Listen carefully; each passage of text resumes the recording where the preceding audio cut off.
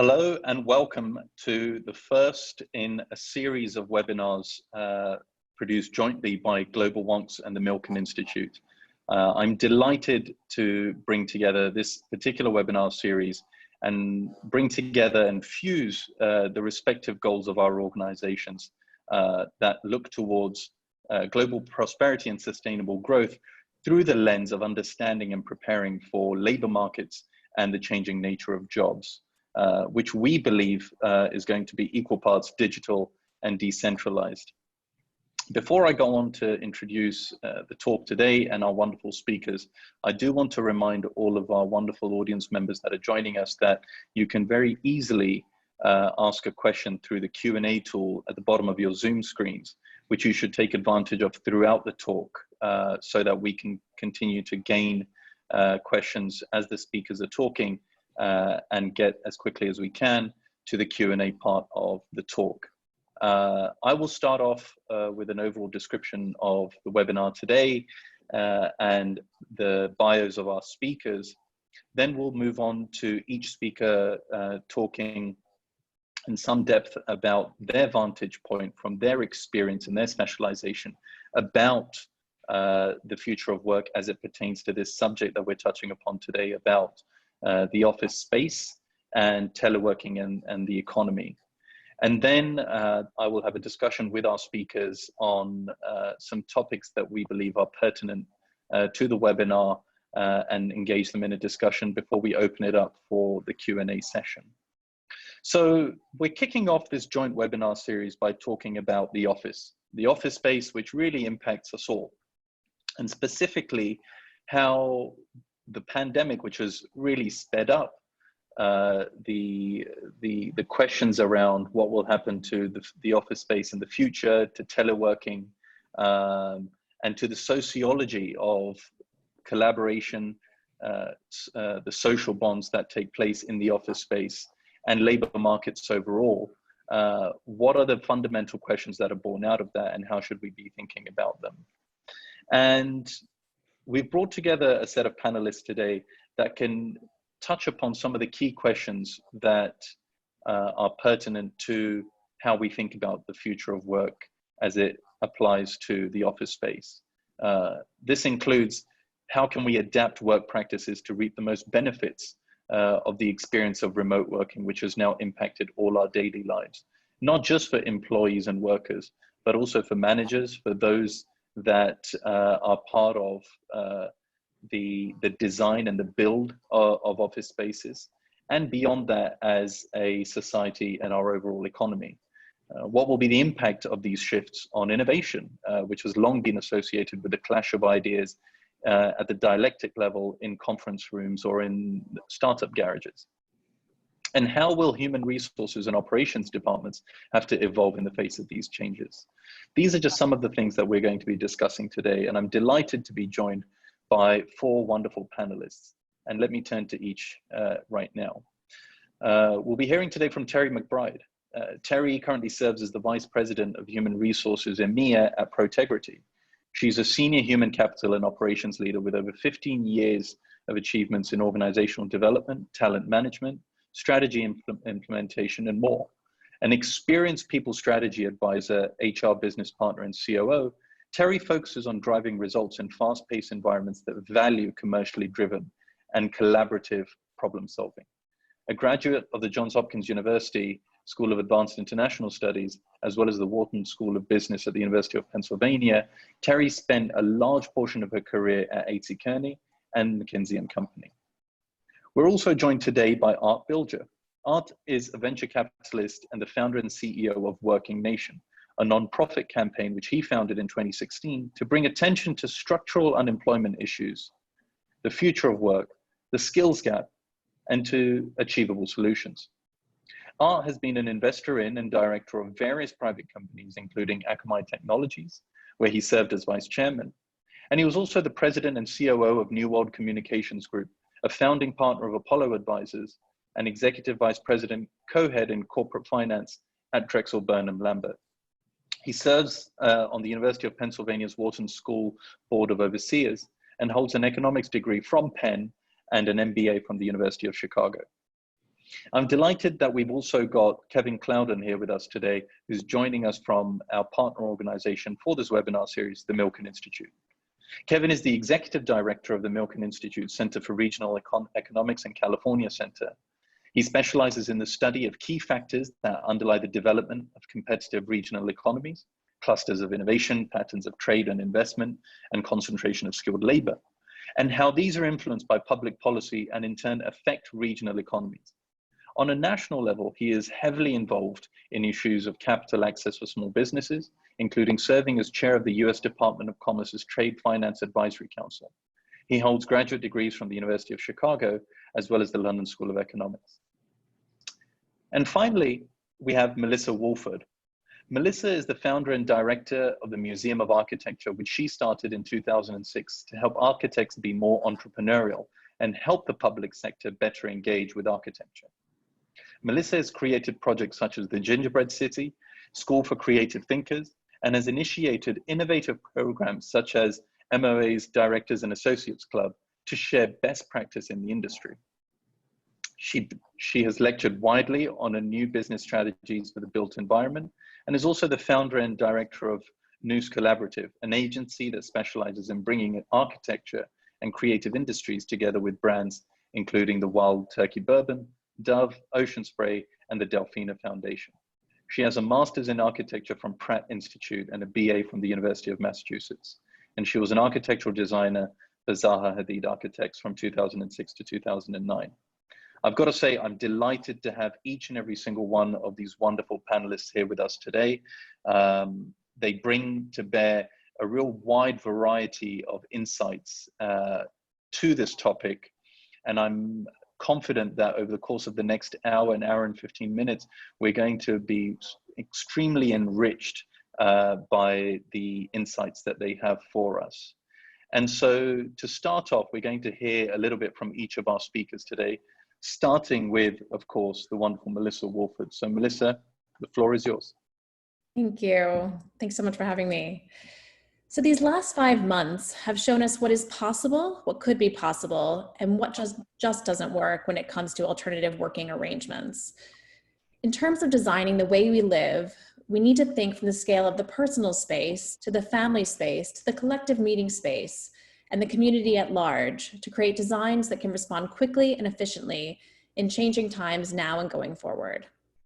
If the home continues to be a key working environment, homes will have to be designed to consider better space planning with separation for work and general living, integrating technology to better help us live these two parts of our lives as seamlessly as possible, using germ and virus-resistant materials in heavily used areas, and having mental health and the health of those that we care for at the forefront of these designs.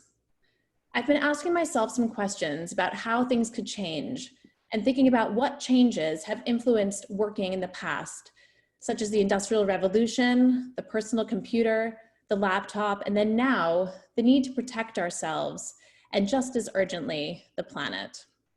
So I've been considering what makes working from home successful and how this way of working can be designed better in new living spaces and almost more importantly, integrated into existing spaces. So what is the best design for working at home in various home types, houses, apartments, dormitories, care homes, and more? Can technology do more for us to help manage work, organizing kids and our health, by doing things like sending text messages that will be late for our next meeting if it hears kids screaming in the background?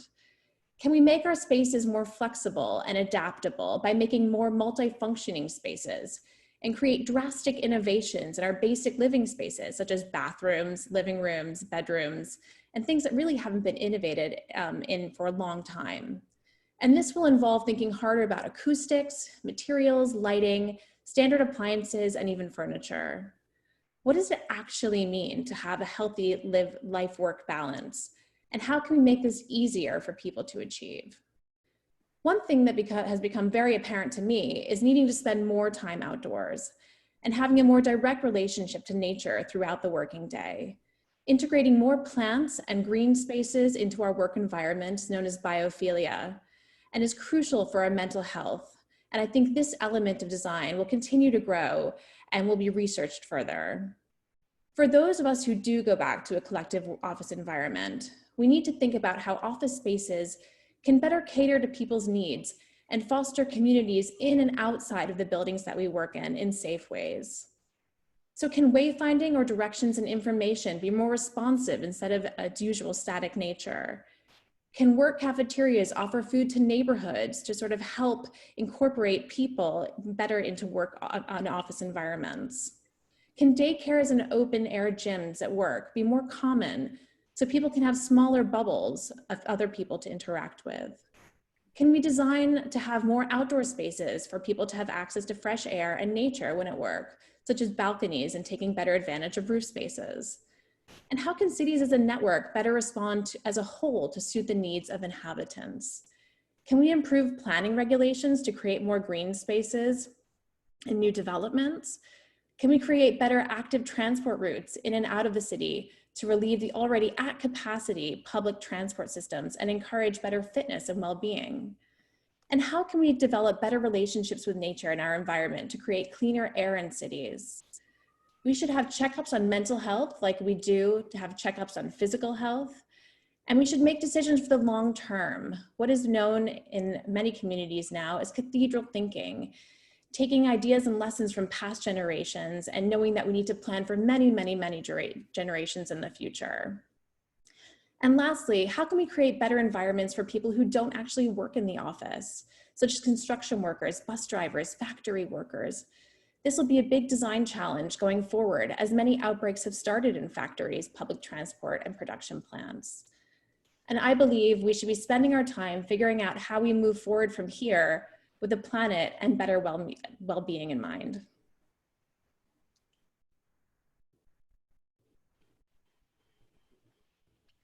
Melissa, thank you so much for your insightful comments there. And I particularly, and I hope someone asks a question on this, and if they don't, then I'd love to hear a bit more later on in the session about this concept of cathedral thinking, which I think sounds quite promising just from the little bit that you mentioned there.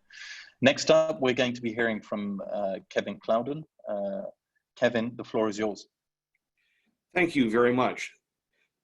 In the current environment where resources are being fundamentally stretched and you are seeing a tremendous gap developing, not only in terms of the distinction between what are viewed as essential and frontline workers and those workers who are able to adapt and work remotely in a more effective basis, you're also seeing increasing issues in terms of company adaptability, having the resources, the structure set up to be able to function in this new environment, as well as the fact that numerous companies also are dealing with geographic constraints. They are dependent utterly on the fact that they have differing structures in terms of available access to remote work, not only for the company itself and the technology it applies, but also to the various broadband accesses and various other elements that are the case for the cities in which workers live and operate in, the access at the home level, access more broadly at the level of the various broadband structures that exist, connecting the various companies, individuals, and otherwise. Even this platform that we're on right now, Zoom fundamentally, which has become essential to the modern workplace in terms of networking and connecting, the fact remains that the various infrastructures that are set and are able to support it vary dramatically. They vary dramatically depending on the person, they vary dramatically depending on the company, they vary dramatically depending on the area. And the ability of companies and individuals to adapt to the modern workplace is also based on the ability to not only remain productive, to network and otherwise engage. We are currently in the middle of this pandemic facing not only a developing, but probably continual childcare crisis, which is particularly affecting essential workers, workers who have to work outside of the office. This is not simply a matter of schools. This is actually a fundamental issue in terms of childcare for children under 5, children who need care before or after school, and various other broader issues. the end result is the fact that you are dealing with major structural and other concerns and funding that needs to go from outside of companies, let alone within companies. And the fact that for broadband gaps for a number of workers who not only have to be able to work remotely, but also potentially educate their children remotely, given the lack of available schooling, the fact that there is huge geographic disparities and disparities dependent on economic status, depending on the country, depending on the various other issues, means that governments have to think very logically as to how do they invest on not only in terms of education and in terms of facilitation of childcare, but also in terms of the infrastructure necessary to adapt to this new environment. In addition, one of the other major concerns is, would this modern new environment allow for more workers to function remotely and not cluster in what are the traditional centers of innovation? Given the fact that a lot of different technology firms have found that even as they have operated on a global and more remote basis, firms such as Google, Facebook, and others have still found that workers want to cluster, whether it is in somewhere that's an emerging center such as Pittsburgh, or in Sydney, Australia, or in Singapore, or in London, that they still choose to be in places that they feel like has quality of life and allows a certain critical mass of individuals to be able to work together as well as shift jobs. How can these companies both recruit and retain individuals? Google has already announced that there are 200,000 employees are going to be working remotely potentially until the middle of next year. How do they adapt? How do they structurally support these individuals? These are all issues that need to be addressed both by the companies on a large scale, by companies on a smaller scale, and also by governments and educational institutions who have to support and adapt these individuals in this ongoing and future workplace. And these are all challenges that we can want to address and need to address. Kevin, thank you so much. And I think that the mention at the start of your comments around the childcare crisis is an important one, and one that sort of goes beyond even our usual demarcations of privilege and class, because that is a challenge that, as we'll be discussing later, turns some of the sort of benefits of teleworking and working from home on its head, and it's something also that Melissa mentioned too. Next up, we'll be hearing from Art Bilger. Art, the floor is yours. Thank you very much. Delighted to be here. Just a brief intro, and I have been basically I'm the founder and CEO of Working Nation, which is a not-for-profit media organization that our purpose is to educate the people of our nation as to where the future of work will be. I've been thinking about this for a long time. We launched Working Nation in September of 2016. First content went up on CNN's platform, and then Time and Fortune, etc. Today we've got unfortunately quite a following as a result of the events that are taking place in both our country as well as across the globe.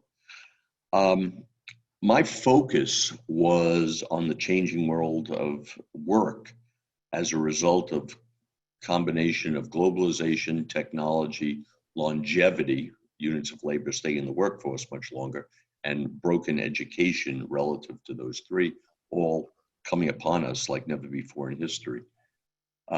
Anyway, so as a dean of a university said to me about 3 months ago, said, Art, when you spoke here, in September, your opening line was over the next 10, 15, 20 years, blah, blah, blah, blah, blah, blah.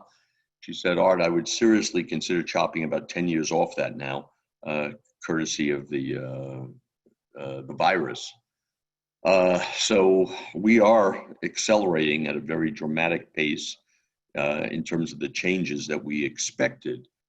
And as it relates specifically to the office environment, which is obviously the subject of today's discussion, a very key theme of Working Nation, I do believe, is impacted by this. One of our important themes at Working Nation, I started dreaming this up back in 2015, was the whole connection of work and the employment and purpose in life. I really believed, I was thinking about it in my own case, and then I went on to thinking about it, the assembly line worker, and then a woman from my TV days, I ran a TV broadcasting company once upon a time, came to me with the movie rights for Viktor Frankl's book, Man's Search for Meaning. And I don't know how many of you have read it before, but if you haven't, you should, because it's absolutely, I hadn't read it, I was aware of it. It opened my eyes to the linkage potentially here. And so when we talk about the breakdown in the office environment and everyone communicating by technology, or not everyone, but many communicating by technology, my greatest concern is that, is it a breakdown in community? You know, we've all grown up in wherever we grew up. I grew up in the New York area as part of communities. And I believe the factory worker is part of a community. And I believe the office environment, including my own office environment, is part of it. People, it's part of their day-to-day community that they're part of. And I'll be very honest with you, I do think it's, I'm doing 4, 5, 6 Zooms a day these days. And it's clearly a lot easier than being in 1, 2, or 3 cities every week, which is what I was doing. But from a community standpoint, is there a breakdown that's going to come with this, if this is the direction we go? And with breakdowns in communities come lots of other issues in society. And I will tell you, I wasn't thinking so much about that prior to, early March, when I was, focused solely on the workforce issues in this country. But now that I'm sitting here and part of this panel, I am concerned about the breakdown in community when all of us, not just I have 3 kids in their 20s, early 30s, not just them participating in today's world via, technology platforms, but all of us, I think most of us are over our, early 30s. And how do we stabilize a world, which, by the way, we're in a very unstable world, as I don't have to tell any of you. That's my concern with, I do believe, yes, it's very possible that we can, all of a sudden, the people who work for me, we're Zooming all the time and all. I think that's very possible, but I do worry about, by the way, the people who work for me, I live in Los Angeles, I still have them coming in once a week to the office. Part of it because there's certain things you have to do physically, but there's other things that you just gotta be together to truly function on an organized basis. Anyway, I'll stop there. Thank you so much for those comments, Art, and a very unique perspective in not just your commitment and professional commitment over the years to the future of work, but also thinking through some of the challenges we face right now, which seem to have brought that future to us far, far more quickly than perhaps we anticipated. Finally, we have Terry Mcbride, and then we will engage in a moderated discussion with our panelists, which will look to tease out some of the comments that they've made here today. I do encourage all our attendees to start asking questions through the Q&A button at the bottom of the screen as we approach the Q&A set part of the webinar itself. But Terry, the floor is yours. Great, thanks, Bilal. I have to admit, when I was thinking about this topic, the end of the office, I really thought about it as its position of privilege, actually, because prior to the pandemic, if I use 2019 data, and I'm using UK data, I live in London, fewer than 30% of people worked from home. So April 2020, that's gone up to about 46%. But that's excluding a huge number of people in the population, whether it's transport workers or skilled tradespeople or accommodation, care, and leisure. So when we think about the future of the office, I think it's partly our responsibility to recognize that's only a small slice of what we're talking about when we think about the future of work. And then when I think about, is it the end of the office? To Art's point, it could be actually. But do I think it should be? No, absolutely not. If I think about some of the benefits of work from home, of course, it drives down travel. At one point, I was also on a plane all the time. There is an ease of connectivity. There can be some great one-on-one conversations.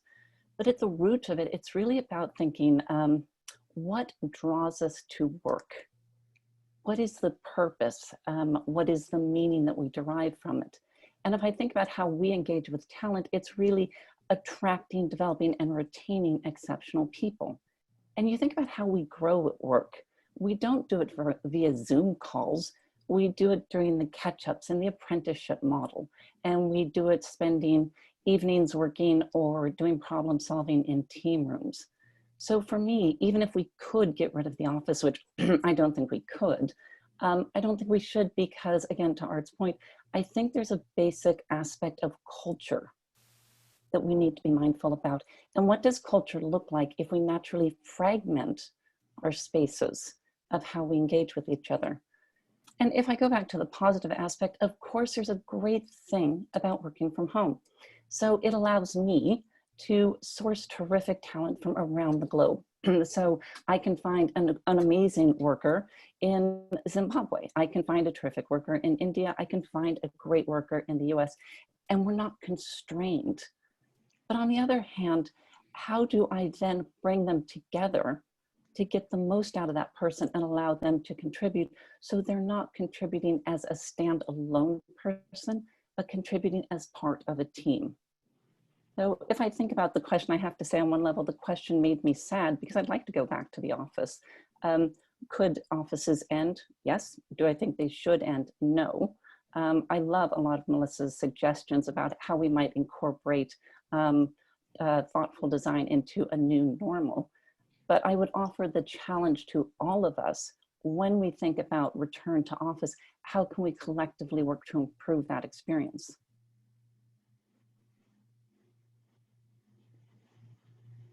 Terry, thank you so much for those wonderful comments and tying together really what our three previous speakers had to say.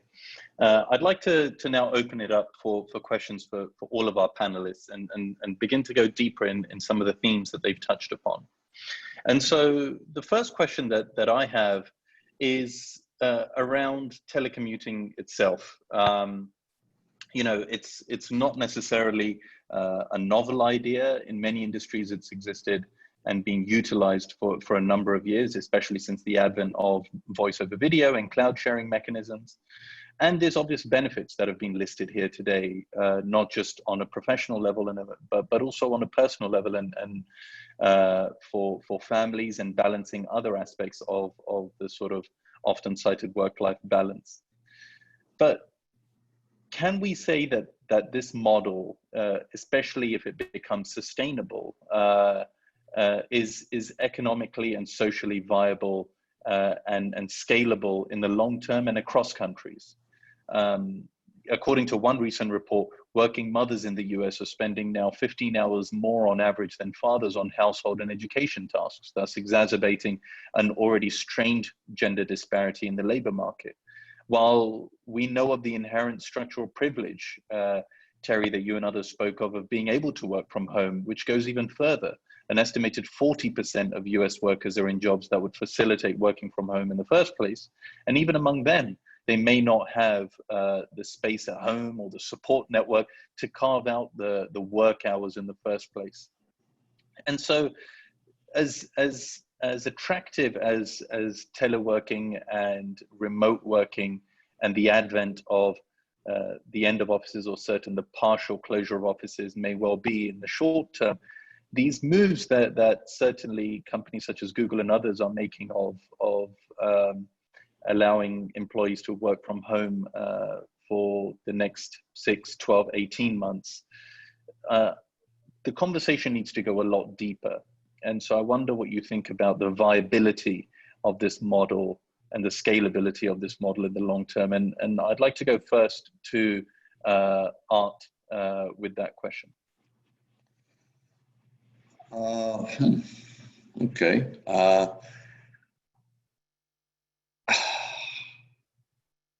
You know, I just look at my own, you know, my own years, you know, in doing many different things, always in an office environment.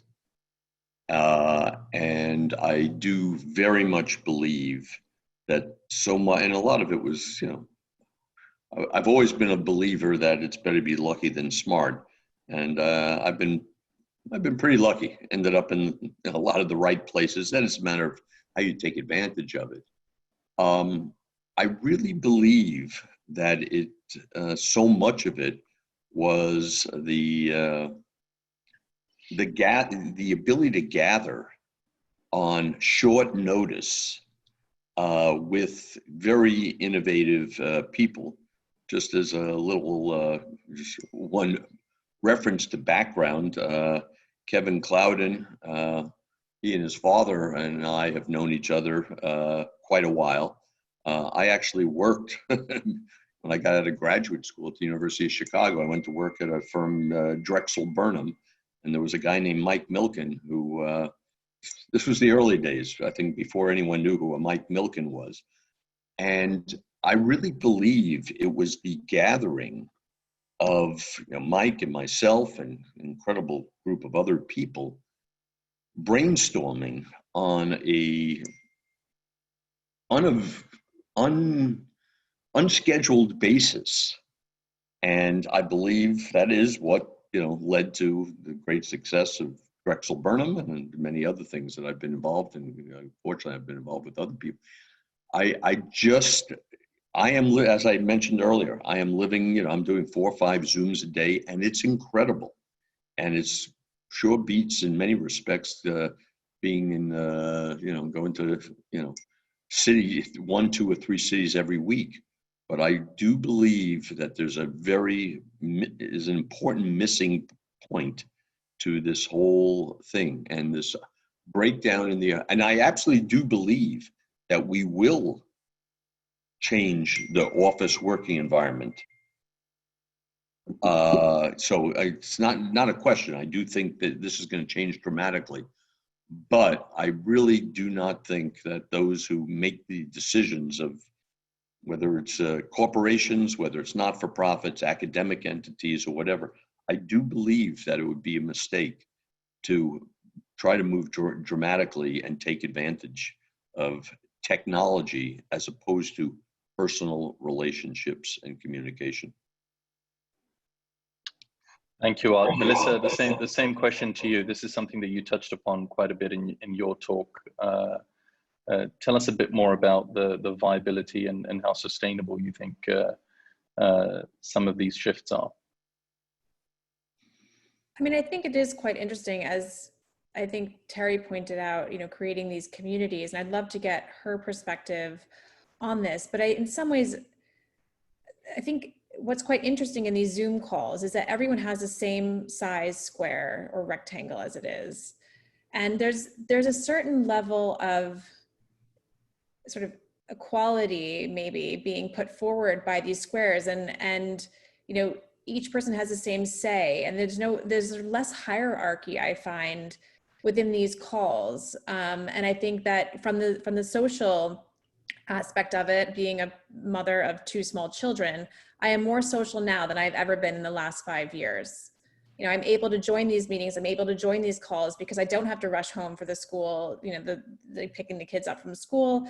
You know, I'm able to give the kids dinner and then jump on a Zoom call in the evening. And I find, you know, perhaps this is an opportunity for working mothers to get them more involved in the workforce, you know, and bringing people back who otherwise might have been more challenged. I mean, London, again, is unfortunately, you know, not a very accessible city. However, when we're working from home and we're working online, it makes it much more accessible for people who might not actually have access to get to an office in a timely fashion. So yeah, I'd love to hear from Terry about what she feels about, you know, accessibility and, you know, diversity from people who perhaps can't afford to live in a city and would take them 2 hours to get into work. And so they're now able to join these conversations. And so, you know, how does that change? So we're talking about socially, how does that change the sort of social dynamics of the office, and also, you know, giving us these sort of rectangles to participate in that sort of add a level of equality? You know, there's sort of less emphasis on sort of size, and there's maybe, I don't know if bullying has gone down. I'd be very curious to understand that aspect of it as well. So Terry, I guess this is my question for you. So Terry, Melissa, over to you. Yeah, thanks, Melissa. I love the question, and I love that you are bringing out all the positive aspects, because I think it really comes down to how do people embrace or come to the experience of working at home. So for some people, it may allow them to access work more easily. For some of the people that I've worked with in the past, when I was still consulting, it was interesting because they found Zoom quite off-putting, because for them, it wasn't an equalizer. It really showed the fact that some people were sitting in 15-bedroom houses and some people were in a council house, and they were all grouped around one table. And for them, it was incredibly embarrassing. Other people would point to the fact that it's hard to read social cues. So they never, particularly junior employees, didn't know how to jump in and interrupt the CEO. So it created friction in those relationships. So I think going back into the office, it's being mindful that we keep the flexibility, because I love your idea that more women can be in the workforce. And I love the idea that more people are able to spend time with their families. I've also heard concerns when we talk about work-life balance. There's a real drain on people because there's no work-life separation. You don't get what might not be a relaxing commute, but at least you're able to stop being in the office for a few minutes, or you're stopped being at home for a few minutes. And I will say particularly my old clients with small children, the kids could never gauge when parents were accessible or not. And that was interesting. So in getting into solution mode for a lot of my clients, we would talk about, make sure you dress up like you go to the office, because it's a visual clue to kids, like dad's on a call or mom's on a call. Now this is not the time to wander into the screen. But I think the point is ultimately flexibility and really exploring how people are embracing the experience. Yeah, I think that's a wonderful insight. Kevin, please. Thanks. One of the things they've had in a number of discussions is that, just to follow up on what Terry was saying, is that there are real concerns in terms of, from an economic standpoint, not just in terms of the fact that a number of people can have these absolutely amazing, wonderful backgrounds because of where they are or why, but much more specifically in terms of the space within homes and the ability to actually set up and define a set workspace. For a number of people, ironically enough, especially for people who had been functioning in city environments where, in order to be proximate to their jobs, they had to live in smaller places, London being a good example, like Melissa mentioned, but New York also, and a number of others.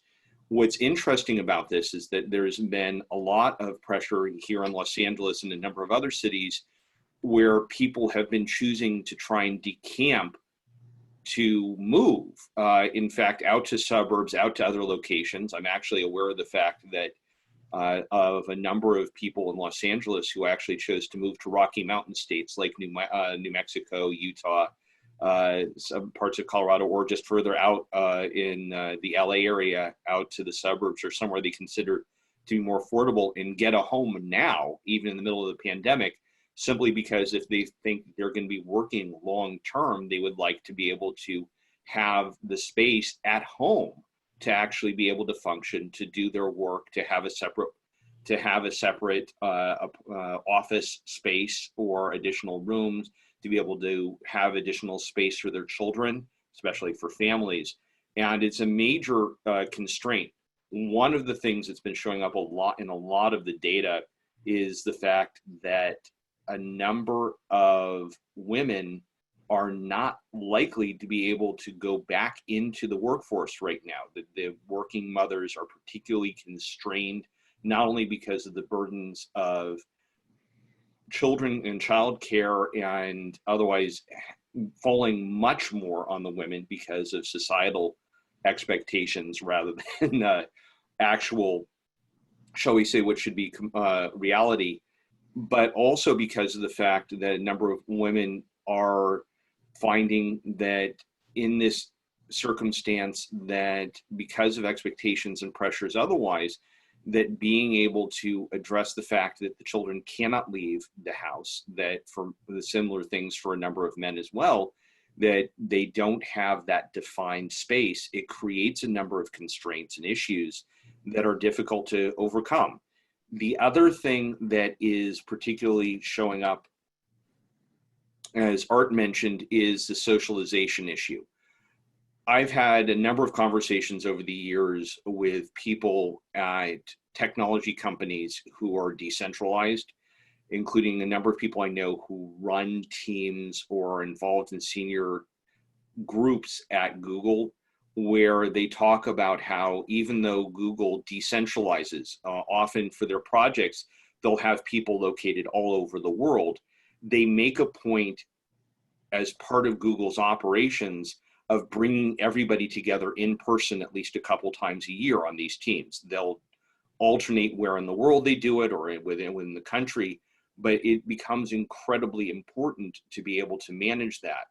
And once again, in terms of that decentralization, for people being able to, say, stay at Google, be able to stay at an Intel, to be able to stay at an accounting firm or somewhere where they could theoretically function or in practice function more remotely, there has to be the support set up within not only that company, but within whatever community they want to go to. And if you are planning to do something like that and maintain this kind of balance, you need to be able to both plan on ways to bring people together on a recurring basis, however it is, and whatever mechanism it is, and to be able to support them in the remote environment. And for a lot of smaller to mid-sized companies, that is logistically difficult. And I think that's something we need to keep in mind. Kevin, thank you so much. I think there was a real clear red thread between certainly the comments that came from you, Melissa, and Terry, and thinking through you know, that old adage of work-life balance, but it seems like it's been thrown into a completely new set of challenges. I want to turn now to innovation, something that all of you in your respective professional lives and areas have worked on, have touched on, have to think about constantly. And you know, during the pandemic, as has been mentioned on this webinar, what organizations we consider as the sort of titans of innovation, certainly in technology, have announced indefinite work from home schemes, right? Including Twitter, Facebook, Google most recently. And yet there is a trove of research, as is evidenced by even some of the references made here today, that the sociological currency of formal contact, of sort of associational spaces, what is often called weak ties and other indirect relationships and acquaintances that you have at work in the office, can nourish new ideas. And these ideas are often pegged to the fact that when you're in your office, you can't always choose the backgrounds and origins of your colleagues and those you work with. And diverse perspectives, as we know, can often fuse and clash and produce new products and paths forward. And so that is a fundamental part of not just the office space, but any of our associational forms. And so how has the panel, to the extent they have thought about how the office design itself will change? Will it just be about, you know, the spacing out of desks, or do you envision a fundamental change to how we think about the office building itself? If, as has been discussed here and elsewhere, that, you know, working from home is going to have to include creating separate spaces and timelines around, you know, work hours and non-work hours, how do people do that who don't perhaps have the privilege of having those homes to begin with? And more specifically, what does this do to the exchange of ideas and innovation, which continues to fuel growing companies? And Art mentioned this with regards to his exchanges with Mike Milken, but that's something that I think is key to you know, the office is doesn't just denote the idea of a working space where you clock in and clock out. It is a central repository of ideas and innovation. So I'd love to hear more about that. And I think first we should go to Melissa for that question. I'd like to say, for people who are interested in this topic, there's so much research being done by various architecture practices and various foresight groups. Arup Foresight has put out a paper on the sort of future of office design, and also Grimshaw, again, do a lot of work with office, and there's a lot of research out there. But from what I've been reading, I think there's a lot of talk about sort of certain things that I brought up earlier around the ideas of thinking about the materials that we use going forward. What are the sort of the virus and germ-free materials, especially on sort of handles and areas that we know that we all touch and we all access. Having more flexible office hours. So, you know, buildings being open for longer periods of time so that people can work when is best for them within the circumstance and situation.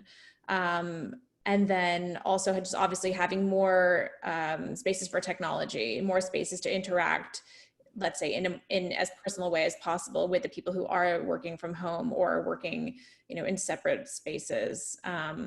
So there's a lot of thought going on right now around the design of office spaces, and then equally, how do we design homes going forward to have these spaces in them? And again, you know, talking about life and work balance, we know that having that separation is very important, so that, you know, as Terry, you were saying, you know, kids do have those clues of, you know, when is the parent working, and actually being able to, let's say, close a door so that know that when I'm outside this door, then you can see me. When I'm inside this door, you know, but obviously not everyone has access to the, you know, home office spaces. So how do we design going forward to make maybe spaces more flexible? And this is what I kind of alluded to before. I mean, if you think about the rooms that we don't often use, so, you know, bathrooms are used very little amounts of time during the day, bedrooms are used, you know, in the evenings. How can we make these spaces more flexible? And I think it comes down to, you know, the types of furniture that we have.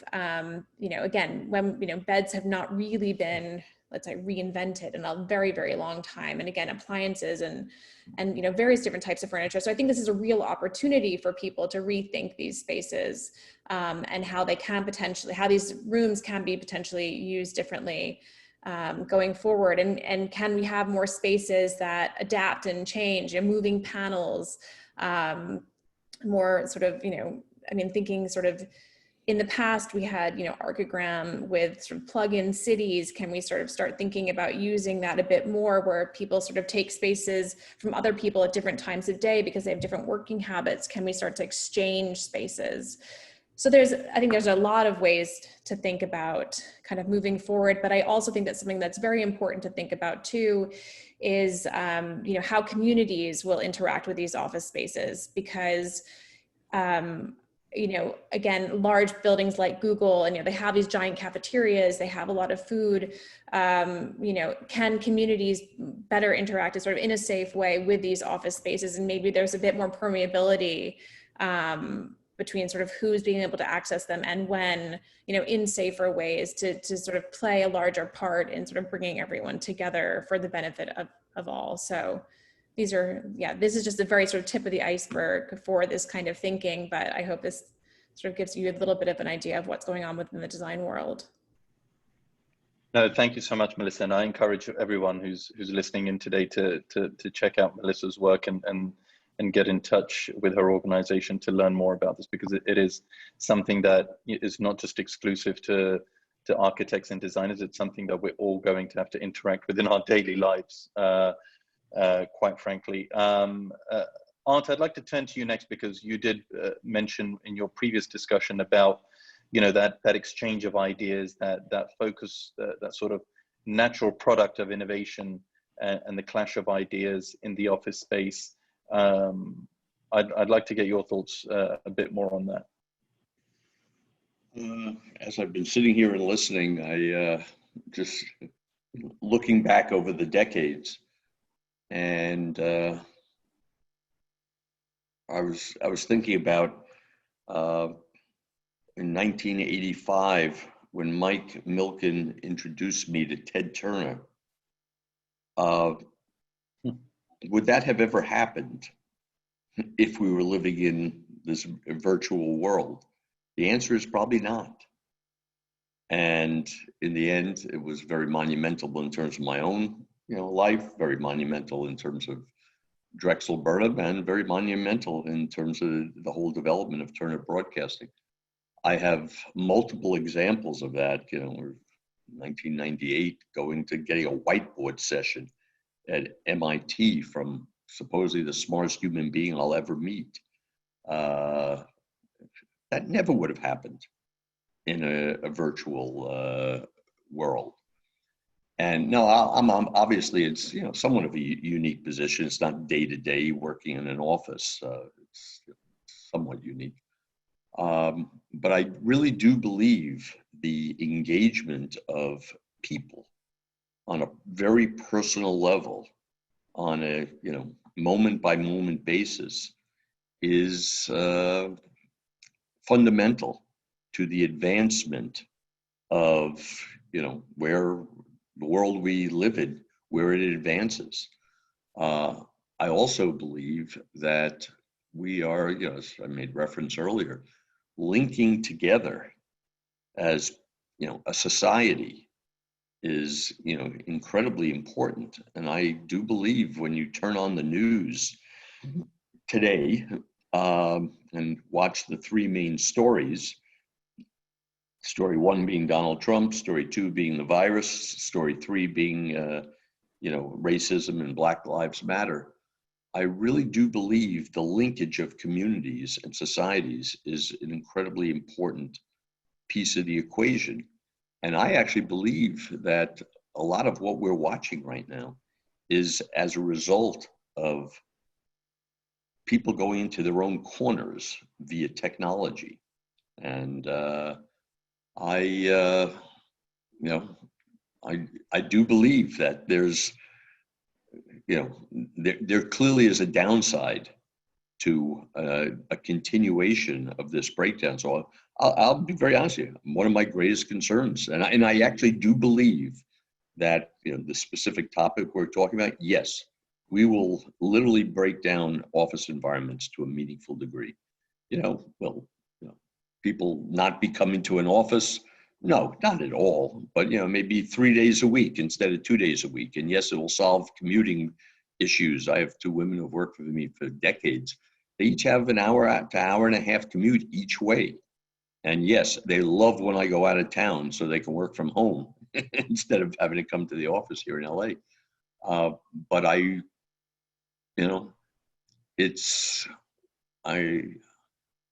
am very concerned about the underlying issues in society, and the work environment where people gather as communities, I do believe is a very important piece of keeping us on a positive slope going forward. Thank you, Al. Terry, with your background, especially thinking about human resources, human capital, you mentioned earlier the real importance of talent. How do you think about this challenge of sort of ties and social ties and associational spaces and sort of keeping innovation going if, as we're discussing today, the office environment, whether partially or fully, will change for good from here on. I mean, it was already heading in that direction, but certainly the pandemic has sped that up. It's a good question. So one of the things that I think is important is we can talk about equality of access. So in some ways, Zoom works because we're all at home. So we're all on an equal playing field. And we can be put into breakout sessions. We can have, in some ways, more diversity because we can embrace colleagues with geographic diversity. And that can spark more innovation. The problem is going forward, if some people are in the office and some people are at home, that parity breaks down. And then we have unequal access. And we can start to self-select into our own bubbles. And that's when we start getting things like groupthink. We can start going into group norms. And I think there's a real concern about that.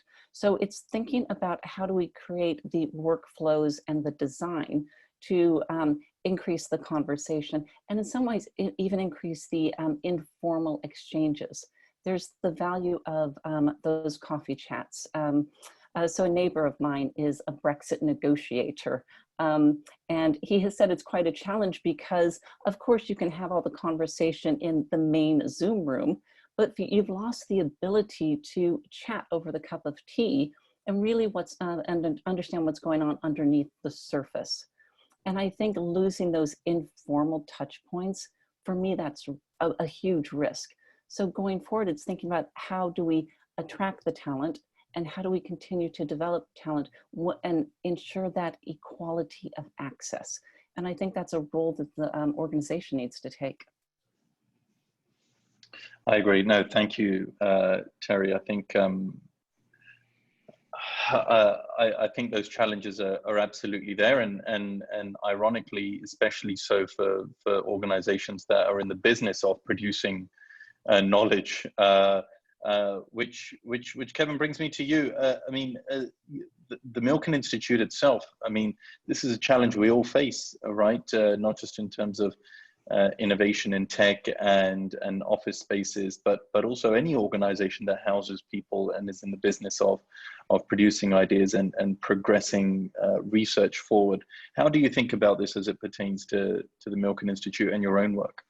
Well, we have an interesting conflict for us, particularly because of the fact that we are in a situation where we specialize in bringing people together to discuss things, in particular with in-person meetings. Our global conference has always been built on that model of networking, connecting individuals with shared interests who might never otherwise meet. In many ways, it gives an opportunity for individuals from around the US, around the world, to come together to discuss things there, or Future Health Summit and otherwise, built on this idea that they can exchange ideas in person. They can not only go to the larger sessions, but actually break off, have one-on-one or smaller meetings, have discussions to be able to connect, realize shared interests, be able to work in different ways that they would never otherwise be able to do. And that's incredibly important, to be able to have those interactive connections. For us as an organization, we're located in multiple places around the world. We have our main offices in Los Angeles, but we also have a very large office in Washington, D.C., an office in New York and London, in Singapore, a couple of people in Hong Kong, and some additional colleagues who work from other locations. And being able to bring everybody together has always been an interesting challenge. We've been using virtual technology in a lot of places, but we've made a point of trying to bring everybody we can in the organization together on a recurring basis. I've had situations where I do a fair amount of work with our colleagues in Asia, particularly in Singapore and Hong Kong, and it's always been a situation where if I'm there in person a certain amount of the time, I can have meetings with others in relation to that. I can have connections with individuals I'd never have otherwise. And one of the things, just talking to those colleagues where they've been in a slightly better place in terms of the virus, they've been trying to, as much as they can, to get a certain number of people back in the office. They're running their offices between 25 and 50% capacity to rotate people in and out. Now, obviously, Hong Kong is locking back down again. But you also saw a trend where in a number of those places, they would try to create lunch meetings in open air locations where people would sit around a table spread out so that they had enough social distancing, but they could still see each other in person and talk. And that seemed to work when the virus was constrained enough, but people were desperate for that attention. And in a number of countries where that kind of socialization has been incredibly important culturally, and making those connections on a face-to-face basis where building trust is incredibly significant, losing that and doing everything virtually where it's harder to read the social cues, where it's harder to make those kind of engagements is tough. On the flip side, though, what it does open up is for countries where they have the technology set up and the infrastructure set up and people educated and skilled already. And unfortunately, this often means being very thoroughly educated in English just because you need to have a shared platform and a language. It means that workers in a number of other countries, as long as there is a company and a structure set up to bring people in, that it gives an opportunity for colleagues, workers, companies to set up and bring people in, just, you know, in the model the way that Global Wonks does, of reaching out to people in parts of the world who might have otherwise felt excluded, that they felt like geographically or because of other constraints that they could not participate in certain companies, certain industries, and that opportunity is now there. But for us, where we have a number of fellows, we have a number of others who are located in different parts of the world, it's still really important and significant to be able to find a way to make those connections and keep people in the loop, because we've routinely had complaints from colleagues who are located in completely different time zones that they feel like they miss the main thrust of the conversation, that they have to adjust their schedules to get up at 5 in the morning on a regular basis or to stay up late at night just to be able to stay in and be able to make these connections, even if they're online. And adjusting that and being able to work with people so that you can do that is hard. I will say that even being in Los Angeles a number of times when I'm dealing with conversations, LA is a terrible time zone in terms of trying to connect with people in different parts of the world. It's just misaligned with New York, it's misaligned with Europe, it's misaligned with East Asia, and you're trying to balance that out. And so I'll have days where I'll be scheduling conversations at midnight, 1, 2 in the morning, or I'll have other ones where I'll be up at 5, 6 in the morning, depending on the circumstances, sometimes because of that. And being able to do that and then help support people who have families and have other needs, especially if they're working at home and they're afraid about disturbing the rest of the family, is something you have to be able to help people out and work with.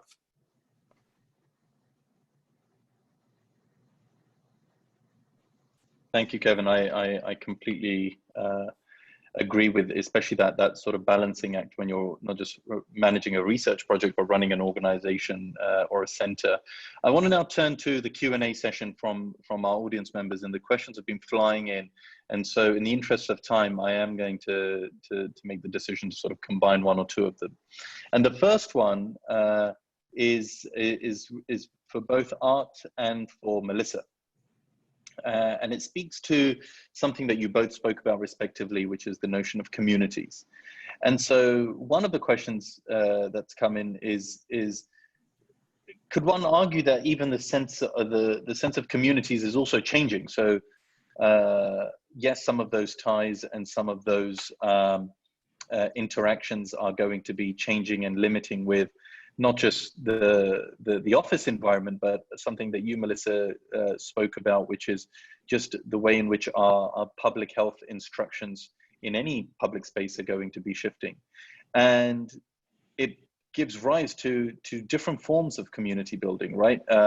For example, being more in touch and interacting with your very local community that's walking distance. You know, your local butcher, or your local shop, or your local business of any stripe.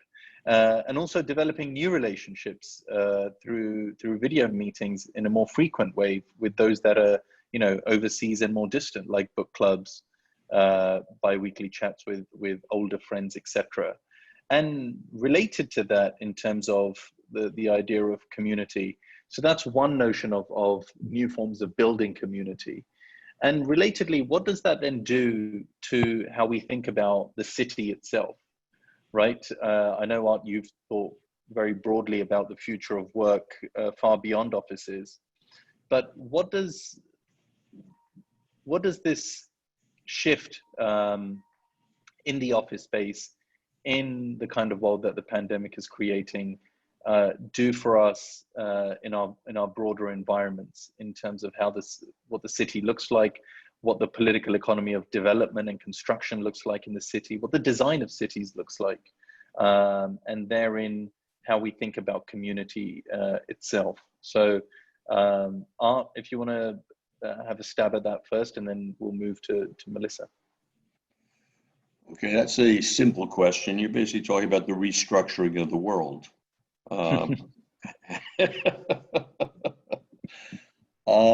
You know, as you were, you know, laying out the question, I was again thinking about, you know, the importance of community, and one of the things that's in the daily headline every day when we turn on the TV or pick up the newspaper is one of the fundamental problems with regard to the pandemic right now.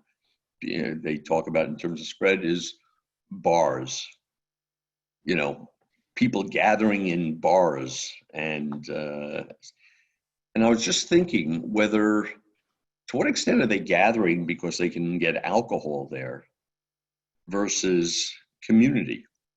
And I really believe they could get alcohol wherever they wanted, including their home. But the gathering is a unity of people and being with others. And you know, I'm not trying to equate gathering in a bar to working, but I do think it's an underlying, you know, piece of the equation of community. So I am hopeful. Let's put it this way: I really don't know where it's going, but I am hopeful that our environment of, you know, how we've gathered as community, whether it's an office environment or, you know, a casual and more social environment, I'm actually hoping that, you know, when we're done with this virus, hopefully not too far down the road, that we will regroup. I absolutely believe there'll be changes. And, you know, going back to the specific subject of the office environment, yes, I do believe. And I believe my own office environment I'm becoming accustomed to working with, you know, my people, you know, a little more, you know, via this screen sitting here right now. But I fully want them coming to the office on a very regular basis, not necessarily 5 days a week, because it's a relationship. You know, as I mentioned earlier, you know, I've got two women, one who's worked for me for 34 years, one who's worked with me for 20 years. I don't believe I'd still be working with the two of them if we didn't have an office environment and it was strictly, this screen. And the two of them really helped me run my life. And I think that's a very important, you know, piece of the equation. Now, I'm somewhat unique, but again, I do believe that, you know, as I said, going back to the word I use, community, living and breathing as part of a community, I do believe is one of the most important pieces of the equation in our society. Thank you, Art. Melissa, and with you, I'd love to also get get your insights on the broader picture here of the subsequent effects on our built environment and you know, the cities as we know them. I mean, just talking about community, I think people go to cities because they want to get together. I mean, I think it's a space where people do connect, and I think you find that. But I think there's so much of what we do at work and in our working environment around interdisciplinary working and working among different fields, among different people. And I think the benefit of being in a city is that many of those people are so close together, and so in a past world, it was easier to do that. But I also think there's also the element of the fact that there is innovation and inspiration there. I don't think we can forget the fact that that's where a lot of cultural institutions are. There's museums, there's music venues, there's theaters, and that's where, we get our ideas from. That's where we learn. And I think the negative side to all of this is that, there is so much less access to all of that. So then what happens to our working environment when we don't have inspiration for the work that we do? And I think that is something that we really need to think about as well. Where do we get inspiration when we're, living in our homes? So I think in terms of communities, as well as the physical side of it, we need to figure out ways of connecting in sort of more social means, and also through educational aspects and cultural aspects. So when we are designing kind of going forward in whatever way, virtual or physical, just making sure that we have access to all of these areas, and so that our cities do remain vibrant, and that they are still sources for for this innovation and interdisciplinary working, which I think is so valuable in so many different places and for so many different fields. Which is so exciting, and institutions, and getting, having people come together in terms of education. So, I think it's very important to think about all those aspects as well.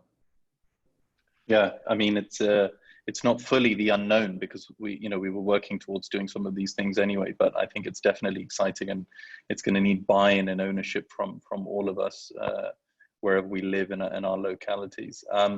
We have another question that I think, Terry, it would be wonderful to get your thoughts on, as well as yours, Kevin. And the question is the following. In Hong Kong, quite a number of companies now allow 50% of employees taking turns to work from home during the pandemic. Given the high rent and overhead costs in Hong Kong, we can see the cost benefit of this arrangement for the company. But any chance that this is going to be the new normal? Can this hybrid way mitigate some of the concerns, social need, connectivity, breakdown of community? Are there any things that companies need to pay attention to in terms of efficiency and communication in this hybrid arrangement? Of course, for you, Terry, I can't even imagine the number of puzzles that are going through your mind, and the challenges that you're thinking about when it comes to, operational efficiencies and identifying the right mix between what's best for the human capital, your colleagues, and also getting the most out of talent and building an organization. And same for you, Kevin. So Terry, would love to get your thoughts on that, and then Kevin, if you could follow. Yeah, absolutely. So I think there's an interesting question there about how can we go to a hybrid model? Absolutely. Could we go, let's say, have people go Monday, Wednesday, everybody else goes Tuesday, Thursday? It's a question of how do we assign that? And then what do we do in instances when it doesn't work? And then if we make operational decisions off of it, if let's say I have 100 employees and I decide to only have a place with 50 desks, what happens if people want to come into the office all at once? What does that really look like? If people want to step out of their pod and come in at a different cadence, what does that look like? And are we forcing constraints and a degree of rigidity that is unhelpful? So I think we lose some of the fluidity. So is it possible? Absolutely. Do I think we will start to put together some bubbles that let people come in a more structured way? Yes, but I think we have to be very thoughtful about how we create those bubbles. If we bring just salespeople in on a Monday, what does that do to the rest of the organization? If we bring R&D people in on just a Thursday, what does that do to the rest of the organization? And then there's an interesting question of when we look at those cost savings, where are those cost savings passed? So if I save 50% on my rent, do I then pass that on to the employers if I'm saving in terms of not providing everyone a lunch? Do I pass that on to the employees? So there's some really interesting questions that I think we need to grapple with. And it's not just who comes in when, but I think it really talks about the broader, how do we want to engage going forward? Now, one of the things that's particularly important when you look at a place like Hong Kong or Singapore is the fact that they are functionally, city-states, and they operate in a slightly different environment. Also, given the fact that in Hong Kong, you have the concerns both about the real estate for the offices, but also the incredibly high rental prices for people living there, as well as the real space constraints, which limit people's ability to function and work at home. Mm-hmm. Being able to rotate people in and out is incredibly important because in a lot of places, being able to do all that work at home is difficult. I think maintaining those bubbles, as Terry said, is a real balancing act, because if you operate on what I've seen as a best practice, which is to essentially come into the offices 4 days out of 10, that statistically that you can mitigate and manage a number of people and keep right now in the middle of a pandemic, keep transmission rates down and otherwise, you still have to figure out how do the different teams interact. Even if you're going to do it, let's say you have an accounting team, you have a research team, you have a sales team, as we do at the Institute, multiple different ones, in fact, you have different interactions that have to happen on a regular basis. So you even have interactions within those teams, you have interactions with the separate teams, and mathematically figuring that out and figuring it out from a logistic basis can be incredibly important. Before the pandemic started, several months ago, I went to a demonstration office space at the architectural firm Gensler up in San Francisco, where they were showing what they considered to be the future of hot desks and open offices and otherwise. And what's interesting about that, and some of the feedback I've gotten, is that in the middle of a pandemic, you have to clean everything off between people using them. And you also run into some of the other issues I've had in conversations with people who've also been operating in open office space and technology space, is that there is a flip side on this, because in addition to the cleaning safety issue in the pandemic, there's also a sense of ownership and permanence.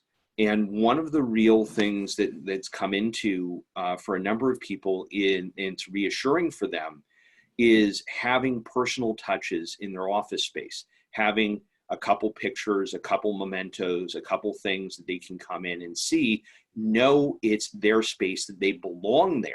That's incredibly important, which is one of the things that differentiates that from what had been a WeWork option or various other places.